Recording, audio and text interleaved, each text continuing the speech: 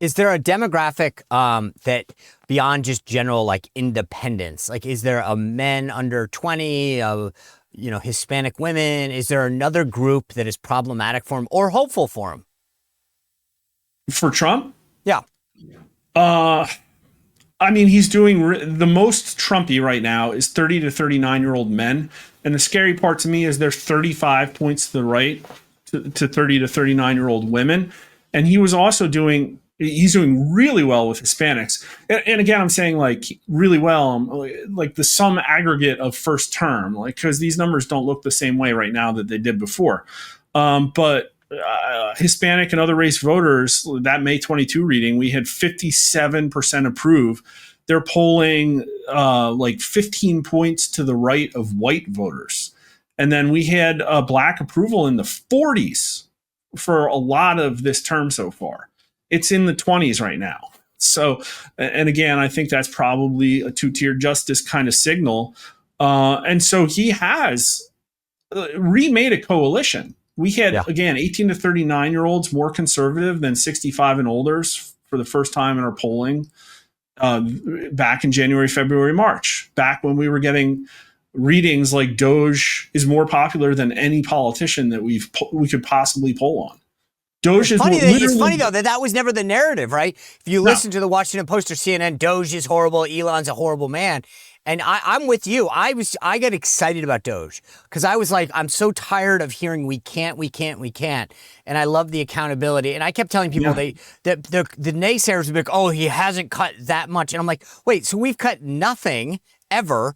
And now you're not happy with how much he's doing. It's like, when somebody's sick and they start getting better, no one goes, well, you're not entirely better. It's like you get excited because they're on the path to wellness. And I feel like with government, everybody was crapping on him like, you're not 100%, we haven't found $57 billion of waste. It's like, okay, well, we're not doing bad. We're in the right direction. Yeah. And again, I'm not speaking for everybody here too, but they see these things like everybody has their pet issues, and what they saw is a complete change. They saw a beginning of something that for a lot of people like validated concerns they have. So Doge comes in and it's net plus 11, and then all of a sudden we're not talking about Doge anymore. We were talking about cutting massive amounts out of Social Security and Medicare because of fraud, and then all of a sudden, no, we're adding 20 trillion to the deficit over the next 10 years. So it's all those different kinds of things where it's like, oh well, now we're back into familiar territory, and it's not the right kind of territory. Michael Moore way back, like with the quote about Trump being a Molotov cocktail, like that's pretty kind of like people vibed with that. Like the idea of draining the swamp, 67% agreed it's time to drain the swamp in Washington, D.C. This idea of Trump being a wrecking ball for a broken system was really, and like Trump has given the Republicans the best gift they ever could. It's literally their map to being the most popular political party and having a supermajority forever. And they will not do it. And the polling just says, like, you should be doing the opposite of what you're doing right now. When they were talking about, oh my God, we can't shut down the government, and it looks like we're not going to be able to cut anything. We can't cut NPR. I'm like, yeah, right. Who are these? Americans want the government shut down. They're like begging for it. Yeah. All right, let me just kind of wrap our conversation with this. You can't beat someone with no one. And right now, the Republicans are going to face the Democrats. The polling that I've seen, the only thing they have is Epstein right now. They're not for anything. Yeah. They're ultra woke and crazy leftists. You got Mondami in New York City, and like, so if the Republicans, how bad shape are Democrats in as we go towards the midterms?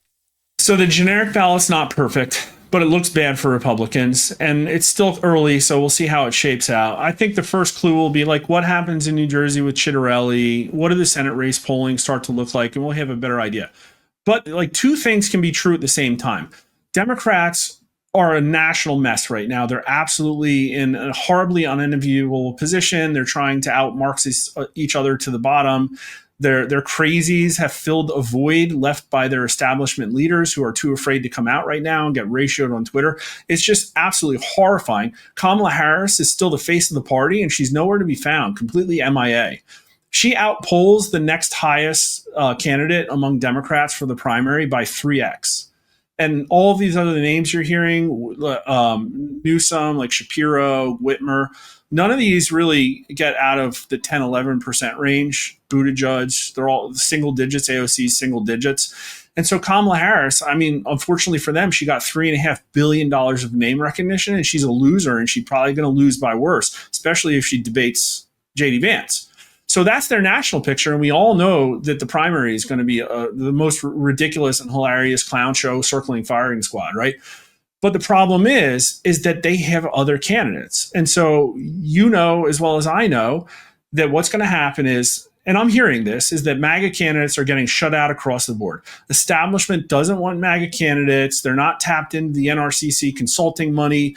The NRSC is like putting out like statements that are like anti some of these candidates. I'm being told that some of the congressional candidates or even the donors are being told they're not allowed to donate to them. And I've heard all kinds of underhanded tactics that the establishment class is used to sink these campaigns. So that's kind of happening, right? But then what is happening with the Democrats is that they're going to run like some, former Navy fighter pilot, mother of four, that talks really moderate and is going to talk about local issues and nebulous things about women's rights and stuff like that.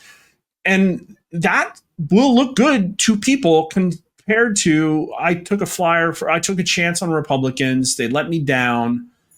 And so that's the issue, is that the Democrats are going to get 46% of the electorate. It's just going to show up. They have a massive machine, and Republicans are the low propensity voters right now. And Donald Trump hasn't really been able to convert voters into off-cycle wins. He just hasn't. And, people vote for Republicans when Trump's on the ticket because they don't have any other choice. Doesn't mean they're going to change their life because they love Republicans now. And the Democrat machine is just unparalleled. So these are the realities. It's like, I don't know where that's going to go, but looking forward to 26 doesn't look good unless something major changes. And I don't think, let's acknowledge the Biden administration was unprecedented. They tried to throw a political opponent in jail. They anointed a candidate to replace the existing candidate who was losing by significant margins. The leading political candidate had an assassination attempt, got shot. We still don't know anything about that. Like, very unprecedented in the amount of stuff that happened with weaponization of the DOJ, the amount of corruption that came out that literally the deep state covered up for. And so it's like, that's what we lived through. Voters, that was their reality. And now it's like, well, you try and paint a really good picture. And yes, there's successes. Problems have not been addressed. All right. Well, I'll be positive because I want to end on Friday on a positive note, Mark, which is to say, okay, guys, here's your medicine. Take it. You've got time to course correct. Mark Mitchell from Rasmussen Reports. Thanks for that dose of reality and where we are, because the upside is we have time to get it right. Yeah. So thank you for being here.